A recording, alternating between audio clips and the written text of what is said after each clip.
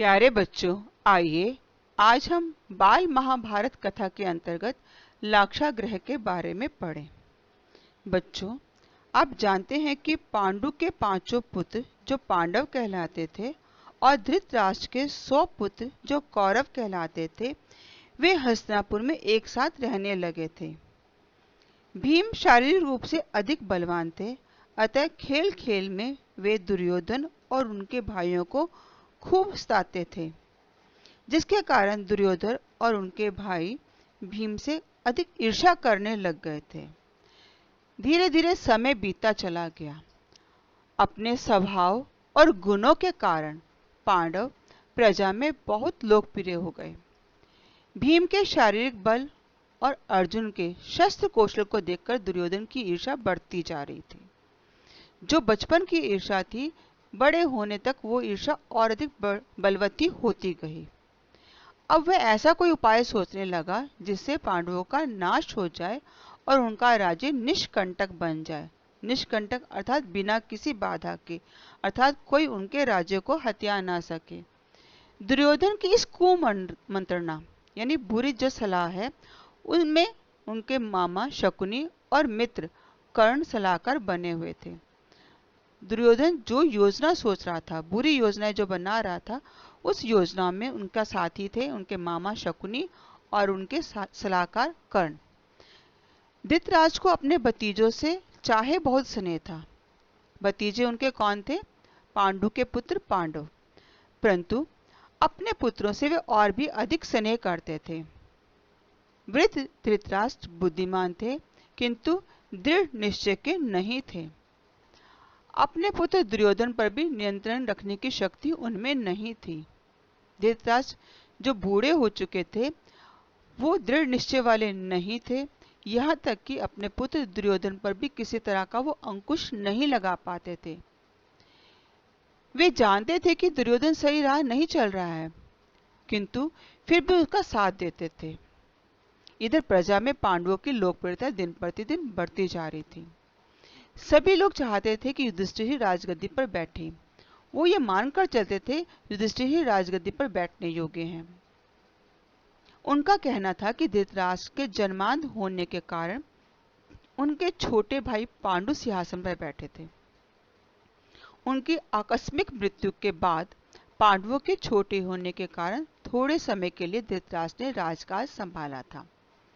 यानी पांडु नहीं रहे थे, तो ऐसे में धृतराष्ट्र को राजगद्दी पर बिठाया गया था। लेकिन धृतराष्ट्र जन्मांध थे, अतः पांडु सिंहासन पर बैठे हुए थे। अब जब पांडु की मृत्यु हो गई है, तो उनका शासन पांडवों को मिलना चाहिए, ये प्रजा का विचार था। चाहे थोड़े समय के लिए धृतराष्ट्र ने शासन संभाला था, लेकिन अब क्योंकि युधिष्ठिर युवा हो गए थे, अतः धृतराष्ट्र को राज्य अपने अधीन रखने का अब कोई अधिकार नहीं है। भीष्म पितामह का कर्तव्य है कि वे धृतराष्ट्र से राज्य का भार लेकर युधिष्ठिर को सौंप दें। युधिष्ठिर ही सभी प्रजाजनों के साथ न्यायपूर्ण व निष्पक्ष व्यवहार कर सकेंगे। प्रजाजन चाहती थी कि धृतराष्ट्र राज सिंहासन को छोड़ दें और युवा जो युधिष्ठिर हैं, वो राजकाज संभाल लें। प्रजा का मत था कि ये कार्य भीष्म पितामह को करना चाहिए। वो धृतराष्ट्र से सारा सिंहासन ले लें और युवराज युधिष्ठिर को सौंप दे, क्योंकि उनका मत था युधिष्ठिर जो है वो प्रजाजन के प्रिय हैं और वो प्रजा के साथ निष्पक्ष व्यवहार करने वाले हैं।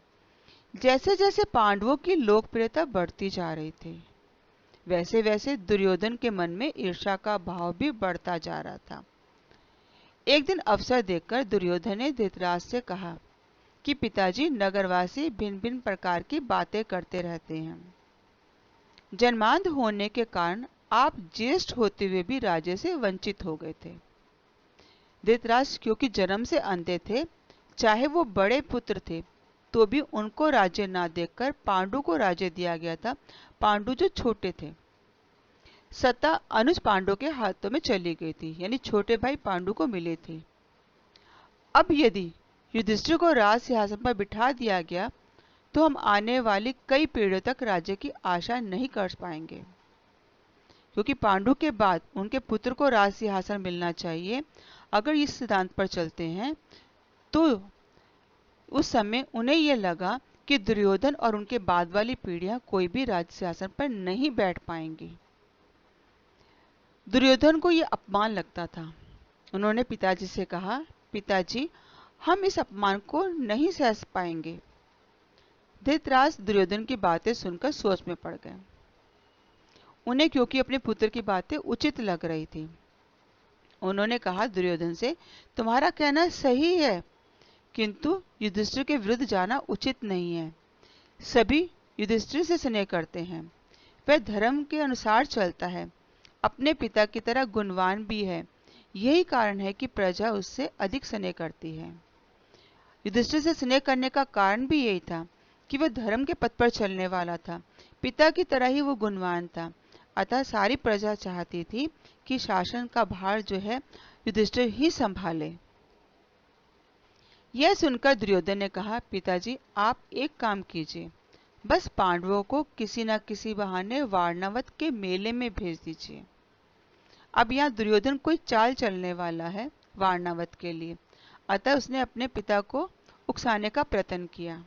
उसने पिता धृतराष्ट्र से कहा कि आप बस इतना कर दीजिए कि किसी न किसी बहाने पांडव वारणावत जाने के लिए तैयार हो जाएं। मैं आपको यकीन दिलाता हूं कि इससे हमारा कुछ भी नहीं बिगड़ेगा। दुर्योधन ने अपने पिता पर लगातार दबाव डालने के लिए उनके सभी कूटनीतिज्ञों को भी अपने पक्ष में कर लिया। धृतराष्ट्र के जो सलाहकार थे, राजनीतिज्ञ थे, जो उनको राज शासन में चाले चलना सिखाते थे, वो जितने भी कूटनीतिज्ञ थे, दरबारी थे, दुर्योधन ने उन सबको भी अपने पक्ष में कर लिया था। अब वे सब बार बार धृतराष्ट्र के पास जाकर उन्हें पांडवों के खिलाफ भड़काने लगे। यानी जो काम दुर्योधन कर रहा था उस काम में उनके वो सारे दरबारी कूटनीतिज्ञ भी शामिल हो गए। वे भी धृतराष्ट्र को बार बार इस बात को समझाने का प्रयास करने लगे कि वो पांडवों को वारणावत भेज दें, अथवा वो पांडवों के खिलाफ कोई ना कोई बात उनके कान में डालते रहते। उनमें कर्णिक नामक ब्राह्मण, जो शकुनी का मंत्री था, उसने धृतराष्ट्र के सामने अनेक उदाहरण एवं प्रमाण रखकर अपनी बात की पुष्टि की। जो मामा शकुनी हैं, उनके यहाँ एक सेवक है कर्णिक, जो ब्राह्मण है, जो बार बार धृतराष्ट्र को उदाहरण दे दे के बातें समझाता है। इतिहास के उसने बहुत सारे प्रसंग बताए और प्रसंगों के माध्यम से उसने ये बताने का प्रयास किया कि किस तरह अपने ही सगे जो है शासन को छीनने का प्रयास करते रहते हैं। उसने कहा, राजन, संसार में ऐश्वर्यशाली को सर्वश्रेष्ठ माना जाता है। सबसे बड़ा वही है, शक्तिशाली वही है जो ऐश्वर्यशाली है, और उसी का ही मान सम्मान होता है। यह बात ठीक है कि पांडव आपके भतीजे हैं, किंतु वे शक्ति संपन्न भी हैं। आप अभी से चौकन्ने हो जाइए, सावधान हो जाइए और उनसे अपनी रक्षा कीजिए। कर्णिक ने धृतराष्ट्र को यह समझाने का प्रयास किया कि जो उनके भतीजे हैं, यानी जो पांडव हैं, पांडु के पुत्र, वे शक्ति संपन्न हैं और वे कभी भी उनसे शासन छीन सकते हैं।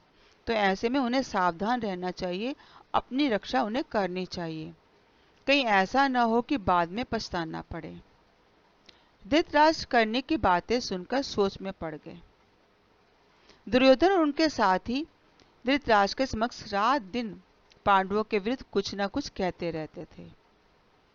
लगातार दबाव डालते रहने के कारण अंत में धृतराष्ट्र को दुर्योधन की सलाह माननी पड़ी। धृतराष्ट्र को सलाह उसने ये दी थी कि वो किसी न किसी तरह पांडवों को वारणावत जाने के लिए कह दें या उन्हें समझाएं। बार बार दुर्योधन ने दबाव डाला, बार बार कर्णिक ने दबाव डाला, और सारे कूटनीतिज्ञ थे, उन्होंने दबाव डाला। लगातार दबाव डालते रहने के कारण धृतराष्ट्र को दुर्योधन की सलाह माननी पड़ गई। दुर्योधन के साथियों ने पांडवों को वारणावत की शोभा और विशेषताओं के बारे में बताकर खूब ललचाया। वो अपने पिता को तो समझा ही रहा था, साथ ही उनके साथी पांडवों को भी बार बार इस बात के लिए ललचाते रहे कि उन्हें वारणावत जाना चाहिए। वहाँ की शोभा के बारे में, वहाँ की विशेषताओं के बारे में उन्हें बहुत सारा बताया, ताकि उनके मन में लालच पैदा हो जाए कि वे वह जाएं। उन्हें कहा गया कि वहाँ एक बहुत बड़ा मेला होने वाला है। उनकी बातें सुनकर पांडव स्वयं वारणावत जाने के लिए उत्सुक हो गए। दुर्योधन ने यहाँ एक चाल चली। उसने अपने साथियों के माध्यम से बात पांडवों तक पहुंचाई, पांडवों को ललचाया ताकि वे स्वयं जाने के लिए तैयार हो जाएं। अब पांडव स्वयं जो थे वारणावत जाने के लिए व्याकुल हो उठे थे। उन्होंने धृतराज से वहां जाने की अनुमति मांगी। धृतराज से अनुमति पाकर और भीष्म पितामह से विदा लेकर पांडव खुशी खुशी माता कुंती के साथ वारणावत के लिए रवाना हो गए। पांडवों के वारणावत जाने पर दुर्योधन की खुशी का ठिकाना ना रहा, क्योंकि दुर्योधन ने कोई चाल चली थी। अब वो चाल उसकी सफल होने वाली थी, इसलिए वो बहुत प्रसन्न था कि पांडव यहाँ से वारणावत चले गए हैं। जब उसको ये पता लगा है, तब उन्होंने अगली योजना को कार्य रूप देना शुरू कर दिया। वह कर्ण और शकुनी के साथ मिलकर पांडव और उनकी माता को मारने का उपाय सोचने लगा। उसने अपने मंत्री पुरोचन को बुलाकर योजना बनाई। जो योजना वो अपने मित्र कर्ण और मामला शकुनी के साथ मिलकर बना रहा था, उस योजना में उसने अपने मंत्री पुरोचन को भी शामिल कर लिया। जब वो उनकी योजना बन गई तो पुरोचन ने कार्य को सफल बनाने का वचन दिया। वो उस पर अमल करने के लिए तैयार हो गया और एक शीघ्रगामी यानी तेज चलने वाला रथ पर बैठकर पांडवों से पहले ही वारणावत पहुंच गया। अभी पांडव वारणावत पहुंचे ही नहीं है, वो यहाँ से रवाना हो चुके, लेकिन वो वारणावत पहुंचे नहीं, उससे पहले ही पुरोचन जो था एक तेज चलने वाले रथ पर सवार होकर उनसे पहले ही वहां पहुंच गया। वहां जाकर उसने पांडवों के लिए मोम, तेल, लाख आदि शीघ्र आग पकड़ने वाली चीजों को मिट्टी में मिलाकर एक सुंदर भवन बना दिया। पुरोचन ने वहां जाकर क्या कार्य किया? उसने एक ऐसा भवन बनाया जिसको हम कहते हैं लाक्षागृह, यानी लाख का ग्रह। उसमें मोम, तेल और लाख, ये वो चीजें हैं जो जल्दी आग पकड़ लेती हैं। इन्हें में मिट्टी में मिलाकर उन्होंने एक बड़ा सुंदर भव्य पहले से ही तैयार कर दिया। पुरोचन ने एक और जगह का भी प्रबंध करवा दिया था ताकि पांडव जल्दी पहुंच भी जाएं तो उन्हें वहां ठहराया जाए। यानी अगर पांडव पहुंच जाते हैं और भवन निर्माण का कार्य पूर्ण नहीं होता है तो उनके ठहरने की उन्होंने अलग से व्यवस्था कर दी, एक अलग से भवन का प्रबंध कर दिया ताकि पहले पांडव आकर वहां ठहरे, बाद में उन्हें उस लाक्षागृह में लाया जाए। दुर्योधन की योजना के अनुसार कुछ समय तक पांडवों को लाख के सुंदर भवन में रहने दिया जाए। जब वह पूरी तरह से शंका रहित हो जाए, तब एक रात उस लाख के भवन में आग लगा दी जाए। अब उनकी योजना ये थी कि जिस समय पांडवों को लाक्षागृह में लाया जाएगा, तो लाने के बाद कुछ दिन तक उन्हें वहां रहने दिया जाए। जब उस भवन में रहने के अभ्यस्त हो जाएंगे और उनके मन में कोई शंका नहीं रहेगी, तो अवसर देके वो लोग एक रात उस भवन को आग लगा देंगे, क्योंकि भवन लाख का बना हुआ है और तत्काल आग पकड़ लेगा और ऐसी आग पकड़ेगा कि उससे बाहर निकलना संभव ही नहीं हो पाएगा। और जब ये आग लगेगी तो वो जो पांचों पांडव वहां सोए होंगे मां कुंती के साथ, वो भी जलकर खाक हो जाएंगे। कौरवों पर कोई आरोप भी न लग सकेगा, क्योंकि कौरव वहां है ही नहीं। तो ऐसे में कोई कौरव पर दोष भी नहीं लगा पाएगा कि ये उनका कार्य था। आशा है आपको लाक्षागृह के बारे में समझ में आ गया होगा। धन्यवाद।